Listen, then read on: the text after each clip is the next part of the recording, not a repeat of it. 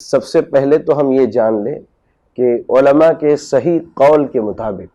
حائضہ اور نفسا، حالت حیض میں یا حالت نفاس میں اگر عورت ہے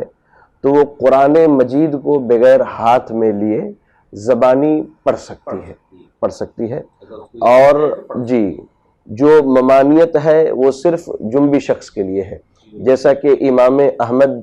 رحمہ اللہ نے اپنی مسند میں حضرت علی رضی اللہ تعالی عنہ سے ایک روایت نقل کی ہے کہ جنبی شخص قرآن مجید کی تلاوت نہ کرے۔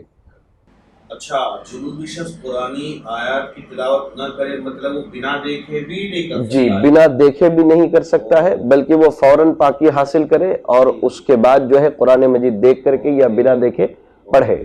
اچھا، اور جہاں تک یہ مسئلہ ہے خواتین کا کہ صبح و شام کے اذکار ہیں یا مزید پڑھنے کا اگر شوق ہے، دعائیں ہیں، تو اس صورت میں جب ان کے لیے قرآن مجید بغیر دیکھے پڑھنے کی بغیر ہاتھ میں لیے پڑھنے کی اجازت ہے تو دعاؤں کی کتاب میں علماء نے رخصت دی ہے کہ وہ دعاؤں کی کتابیں اپنے ہاتھوں میں لے کر کے پڑھ سکتی ہیں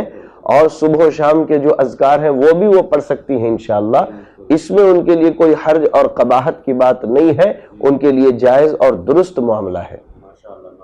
بات بالکل واضح ہو رہی ہے کہ اگر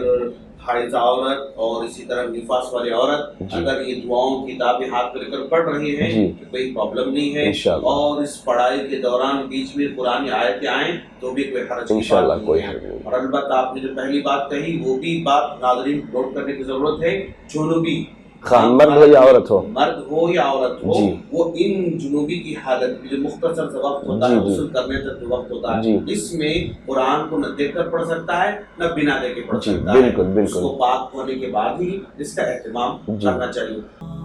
اور مزید ویڈیوز کو دیکھنے کے لیے آپ ہمارے YouTube چینل کو سبسکرائب کریں۔ فجزاکم اللہ خیرا۔